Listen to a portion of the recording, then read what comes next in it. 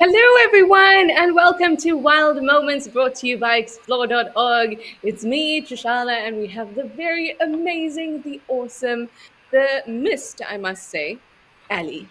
Hi, Ali. Hello. Thank you for joining us after such a long time. I think that And you I will are forgive you. looking up because you're feeling guilty, but Yeah. I appreciate it anyway. Thank you. Thank you, Trish. Trishal is very close to me and she didn't even tell me she was coming. And I won't be able to see her in person. So this is why she is introducing me so nicely today, everyone. I appreciate it though. I mean, I could stop you. We never know, but I mean, let's be honest. Anyway, I am feeling guilty, but also feeling very energized because I am out in the bush, and the best I could do for all of you was have some photos in the background. Because unfortunately, in the middle of the bush, we don't have Wi Fi. So instead, I'm in the office. I Well think done. it'll do, though. Yeah, I think it's very Thank you. How appropriate. are you doing, Abby? I Thank am you. good. I feel like, we are both probably melting today. We are not too far from each other, and it's been a very hot day today. Week, month, start of the year. It's been Yeah. something. Um, it is really something, over the last couple shows that I've done with all of you. In fact, over the last couple months, I told you about the temperatures and, oh, it's a rainy season and it'll be warm here, and but don't know exact temperature. Let me tell you, I don't know how these animals are doing it right now. It's been really, really, really hot. And there I was spouting information about thermoregulation and this, that. Meanwhile, here I am, and I'm thinking, mm-mm, this is this is not cool. Well, Pun I intended. read today. Well done, Trish. Well done. I read today, funny enough, that there was a study that they are doing somewhere in a zoo in the States. I think I can't remember which one, but it was in San Diego that generally does all of them. That they've Yeah. discovered that elephants lose 7.5% of their total body mass in water loss during the very hot days. That is a lot. That is a lot. Wow. I That is mean, it's that a is ton. an insane Imagine a amount. 3-ton animal still to lose all that. It's a lot. I was That is a shocked. lot. I love studies like this because we already know that they're drinking a lot of water, they're visiting lots of water holes when it's very hot. We know that they have trouble thermoregulating, but when you have a number that you can rely on, or that somebody's taken the time to get this number, it just takes all that other information you should know and it kind of just brings it together. I Yeah. love that. Misery Thank you for loves sharing company, that, so it's Ali. nice to know that we're all suffering in the heat together. Yes, I'd like to know what my water loss is. Gosh. Anyway, if this is the first time that you're joining us for Wild Moments, welcome. We are so happy to have you. This is an opportunity for us to go through some really awesome clips that we've seen over the past while and some really cool animal behavior. We kind of pick the best that's been across our different cams. And then because we're live and interactive, you can send through questions and comments, and we can have some amazing discussions as we usually do. So we've already got some hellos coming through. Bridget McKinney, hi Trishala and Ali. Hi Bridget. Casper Stead Ghost says, good Thursday to all from Milwaukee. Hot coffee ready. I was almost there. Sometimes, Ali, I feel left out when I don't have a everybody else has a coffee, I mean, but I I would opted too. for a tea.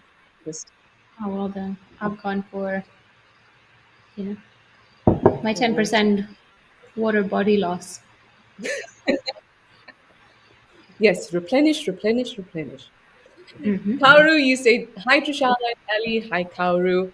Aussie Jan too. Say good afternoon, all. Coffee break. We knew it.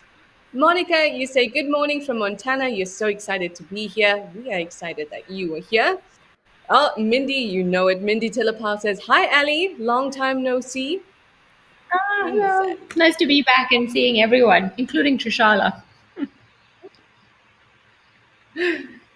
Ali, stop. I didn't mean it in a bad way. April Al, April Al. Hello, everyone. Sending best wishes from Connecticut. Can't wait for the show. Thank you, April Al. Jan Power say, hi, all. Hi, Trish and Ali. Good to see you again, Ali. Yes, we all missed Ali. Two I more miss being here. hellos, I and then like we'll this jump show. into our. Because we fangirl you and we love you. It's nice. I got excited. Everyone's so sweet, yeah. Teddy Lad Lulu, you say good afternoon from a sunny Shesha. You ready with your cup of tea? Yeah. Amber Co, you say happy Thursday to all. Coffee and yogurt ready? Okay. That's preparation. And excited to see the clips this week. Amber Co, sometimes you have some interesting combinations, and we do appreciate listening to them, I must say. You say thank you to all that make this possible and smiles. Yay. So, one of the things I like to remind you all of when we spend time looking at nature or in nature is that all I wish is that when you're done, you end up feeling better and you get a smile on your face. And Amber Co is already starting with a smile. Maybe we can make that smile a little bit bigger. And we can do that by heading into our first clip. So let's head over to Victoria Falls in Zimbabwe and have a look at that pesky croc we've been watching for a while. And this time shame.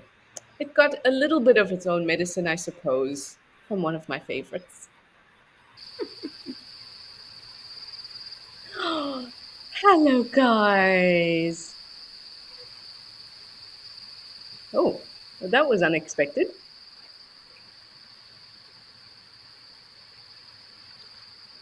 I mean, I hear this croc has been terrorizing everyone at Big Falls. Yes. Recently, the crocodile, which I actually can't see at the moment, which is one of those great Good, because I characteristics thought it of a was just crocodile in the me, and I was just like, "Oh, how long have I not been on the show that I can't find the crocodile?" Makes me feel a lot better that you cannot see it too.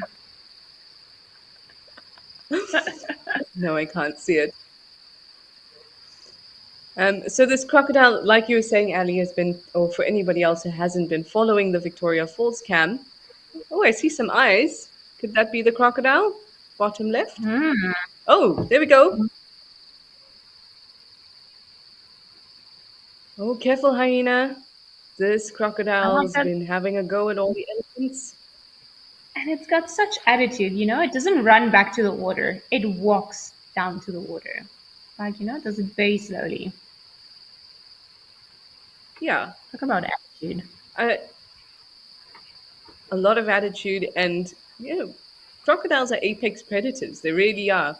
They're right up there with lions, with leopards, with hyenas.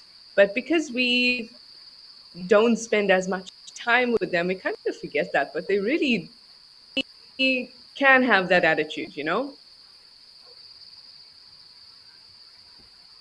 Certainly do. I Oh, wonder but if this is there such wasn't a really kill or exciting. something at the back. Because it seems like everybody is quite interested in something. Hyenas included, tails up, sniffing on the ground. Just need to chop off this tree in the middle of Definitely. the island. Yeah. Oh, there we go. You know, Whoa!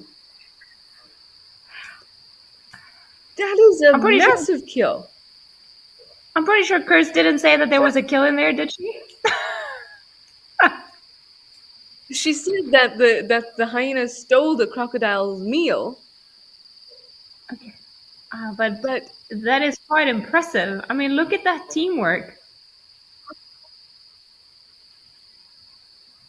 that is very, very impressive. This is a very large animal.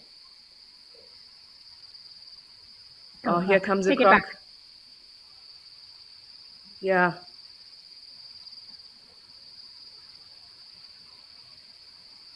We must Do you also think remember its that the stomach is. crocodile. I Sorry. was just heading towards that alley. No, I was just heading Go. towards that, and that the crocodile would be full from eating some of that meal, and it's going to make it sluggish as well. So it might think twice before it tries to take on the hyenas. But we also know that that croc is got a lot of attitude, as we've seen with the elephants, and the way it saunters about. I like that crocodile. I think that crocodile can stay. It's good entertainment. And it's very funny the way just like it's so full and you can see its stomach is really full and it's just like, oh, it's so far. I'm gonna get back into the water. I love animals that, make you feel the pain that they're going through because they've eaten too much. Exactly. And you see yourself in some of these animals. I definitely 100%. do. Spirit animals are all around us. The Oh yes, I just want to have a look at the beginning of that clip again, Kirst, if we can, because I want to see if we can s- see the spot where the kill was in the water, because I wasn't really looking for that at that time. Oh, it's exactly at the spot that the hyenas were at. So they already sniffed it out. You know, Then elephants the will just elephants bully. came through. Do we know what the kill was? Because I'm guessing a wildebeest or something like that. It looked I mean, really the big. fact. I'd say wildebeest or a kudu. It's been the crocodile's been going after kudu at the edge of the water area right there. Oh, Okay, Chris says it was a kudu carcass. There we go. there we go. I mean, it's amazing. It's really. My goodness. And look at the hyenas like working together to just. And they're scared of the water because obviously they know the crocodile or there could be another crocodile there. And then they just all band together and we're like, right, we're going to drag this far away. Thank you. And this is where we're going to eat it. Oh, yeah. It is very cool to watch that teamwork because, and they're all pulled very close on one side, like you were saying, fearing the water, but also maybe realizing that they're not eating there, they're just pulling it out. That's great teamwork. I thought so too. What else? I was going to say that oftentimes you will see hyenas that will stash kills in water as well. So I don't know this, but I think that they have a good sense, or we know they have an excellent sense of smell. But because they often put their own carcasses in water, I wonder if they have a better sense for carcass in water smell than say other animals do, because they I were suppose there. they. They knew exactly what. But if you think about it, even for us, and our sense of smell is not developed, you know when you smell something rotten, or you know when there's something rotten in water, Yeah. because it just smells differently. So if we can smell it, and we are definitely not on the same level of pretty much all of the animals out there, then they can certainly tell when there's something dead in the water. There's just Yeah, particular perfume. absolutely. And perfume, yes. And as you would know, when things dry up, the smell subsides. And then when it's wet, things really smell. So I think you're right, Ali. Even we could have sniffed out that carcass. Bob We Doggy, like you say good morning from South Carolina. Okay, thank you for joining us. Sorry, Ali, I cut you off. What were you saying? Nothing. Andy, you say about time. Yes, welcome. Good afternoon, you say. And Kauru, you say, wow.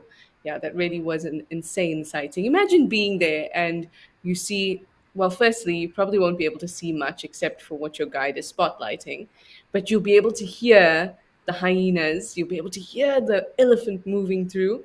You won't be able to hear the croc, unfortunately. But then your guide swings the spotlight round and then you see the croc coming as well. Sounds like an amazing sighting.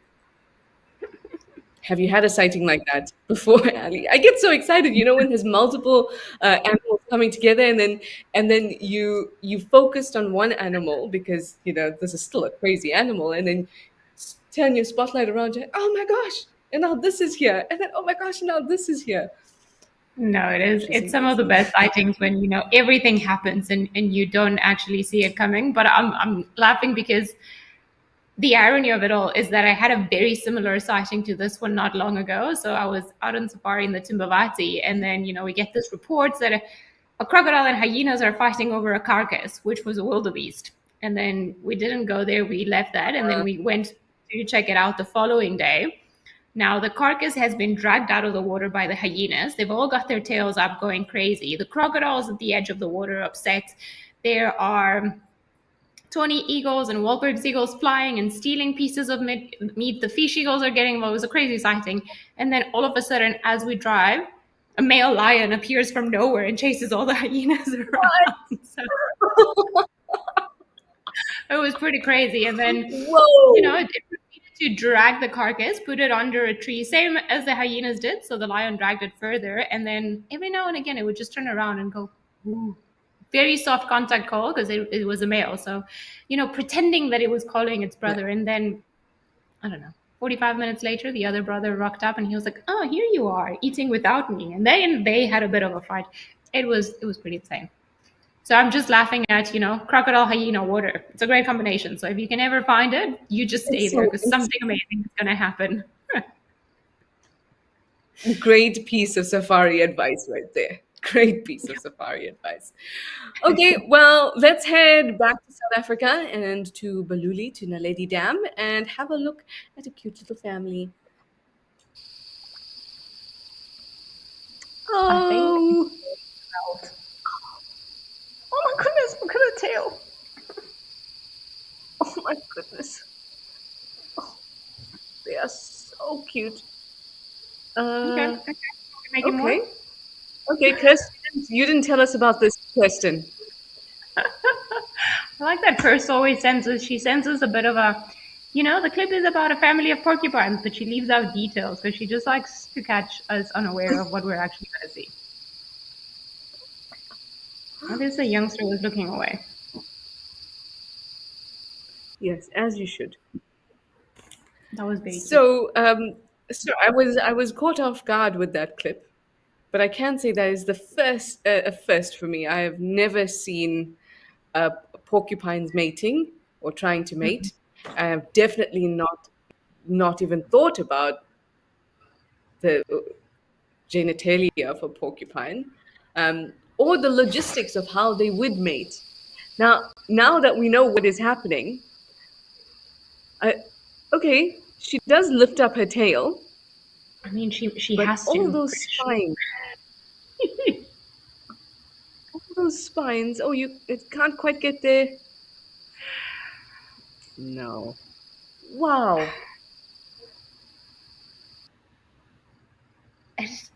Ali, have you You know, ever seen that?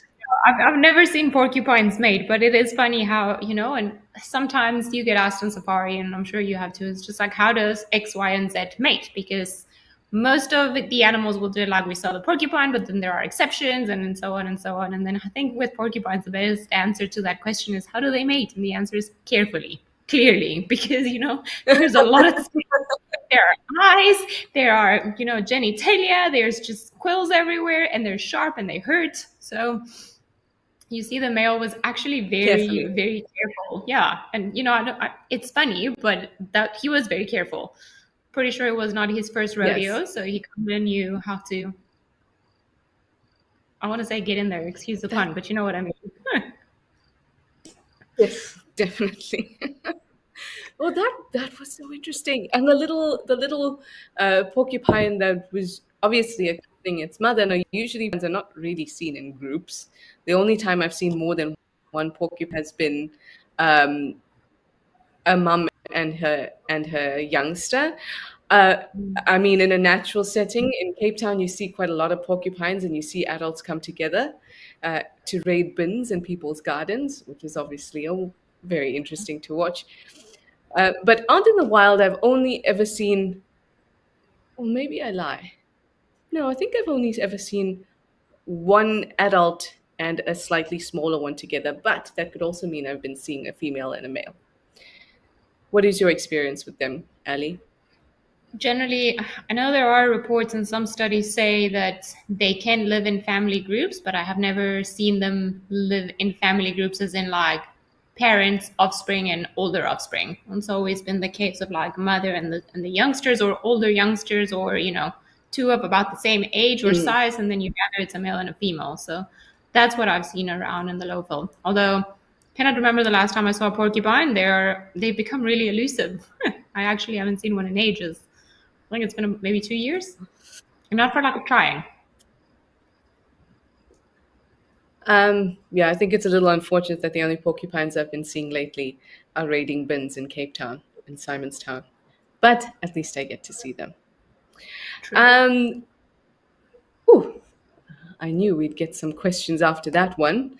Firstly, let us all welcome Bob from Kalamazoo, who has made it on board. Hi, Bob. Thank you for joining us. Kaoru, you say when do porcupine babies get their quills? They're born with quills. The quills are just soft at the time of birth.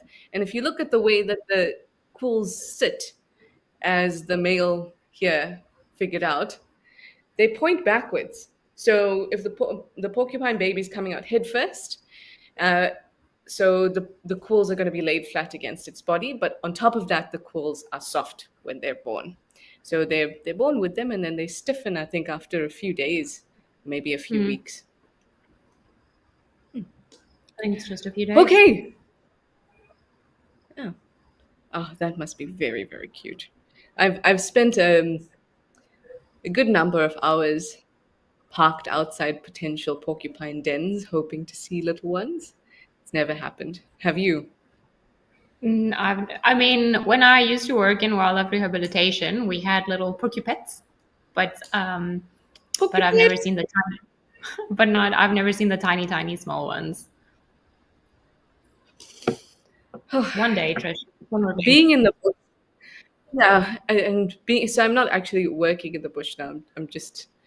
I've come as an accessory to my partner, so um, I'm not going out as much, and I feel a little bit like I'm hoping all the wildlife just comes to me. I've been, going out every now and then, but what it's doing to my brain is making me think of all the potential things that could happen, and it's making me go crazy. Because when you're actually out there, you're seeing things. Now it's just my imagination's just going crazy. Every little sound I'm reacting to. Maybe I should get out. You could come visit. I mean, I'm just Anyway, saying. I could come visit. That's true.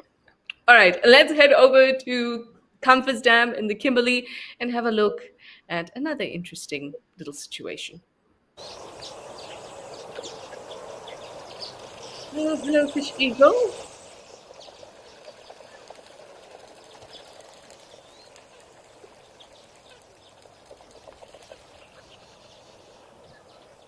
This looks a little ritualistic, going around the fish eagle like that. I just want to laugh. Guinea fowl are sending Yeah, me such random pictures. I mean the one that's going round and round's definitely fixated. Whoa!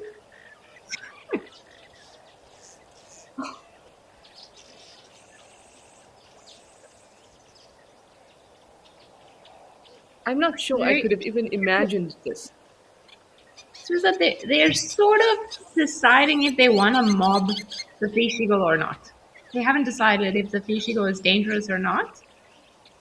Because obviously the fish Yeah. eagle has got a heel or something, and the guinea fowl. I mean, they could eat some of it, but it wouldn't be the reason why they mob it. But they, you know, they're just very random Also, a lot of creatures. animals rely, or many animals, predators rely on at least some form of concealment or swooping down quickly, an element of surprise in some capacity. And so once that element of surprise is gone, other animals or prey species or potential prey species can figure it out pretty quickly. And as soon as they do, they start to get very brave because they know and they can see that the potential predator is there. And then you get, I mean, look at how close they are now. I Oh, mean, they're I think so this just funny. shows that this fish eagle had no intention of eating a guinea fowl because they're pushing the boundaries now. Yes. They're just too relaxed around it. Yeah. I just love And how they're going round and round. yeah. But if they were really worried, they would be making a racket. They would be making a noise. They would be way more aggressive Yes. towards the fish eagle than what they actually are. So it's a bit of a why are you here? We don't like you here, but also we don't know how to feel about this whole situation. But we're going to show you that we're not scared. Hmm. We see you. And if you make a wrong move, we're going to do something like start calling. So let it exactly like that. Exactly. That was a very cool clip, I must say. Very cool. Hopefully, the fish eagle got an opportunity to to eat its kill. You saw there was something in its talon that it was holding on to. Hopefully, it had an opportunity to eat it. Ooh, JJ, hi JJ. You'd like to know, did it have a chick? Maybe the guinea fowl. I mean, maybe, but I don't think that was the cause of the particular behavior we were watching right now. Whether they had a chick or Mhm. not, I think that we would have seen a similar thing. Either they would mob it, alarm at it, or go around in circles at it. Either way, they would try to let the fish eagle know we see you. And because it's a fish eagle and it's on the ground and potentially that's a predator for them, they would mob. So it doesn't really matter if they've got a chick or not. Maybe if they had a chick, they would have been more violent in their approach. True. Also, think if they did have a check, we Oh, would have seen it on the clip because, like, it's very. What are you looking at, Trish? Anything you want to show us there? sorry. No, a little squirrel just ran and looked at me and then ran out. Look at you. You know, the power of your mind bringing the wildlife to you. Well done. Next up, it'll be a guinea fowl. Now, I was just saying with the guinea fowl, it's also quite late in the season. So if they had a chick, it shouldn't be a very small chick, and it would be around the parents anyway. And I think from the clip, they were all just looking at the helmet. They all look pretty adult-like. So I mean, there could be a youngster somewhere in there, Yeah, but as you said, they would have been more aggressive if they were defending a chick. I agree. Ooh, got a lot of questions now. Okay, so let's think about the porcupine for a moment because Kaoru wanted to know: do the youngsters? Because remember, Kaoru asked about the babies having quills, um, and you wanted to know: do they know how to use them right away, or do they have to learn from their parents? The porcupines don't really. Do you want to come say hello? No, never mind.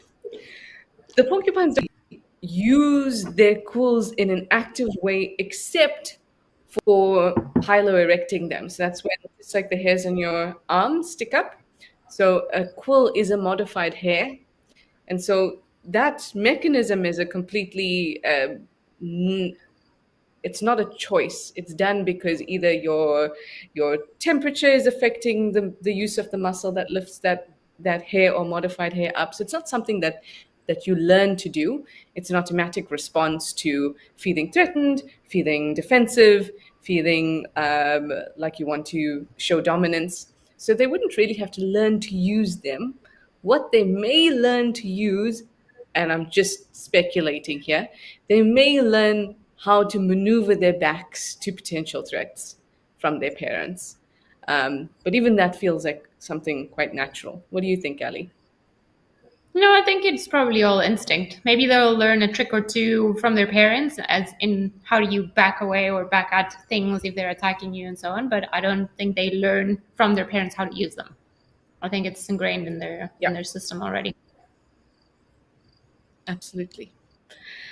And then JJ asked, are porcupines monogamous?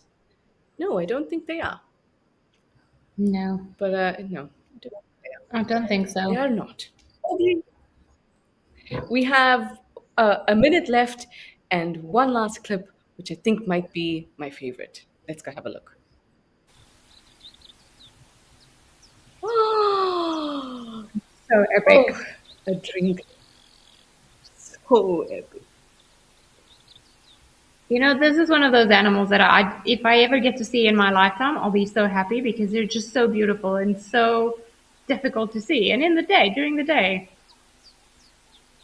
Oh, okay, this guinea is cow, stop insane. photobombing.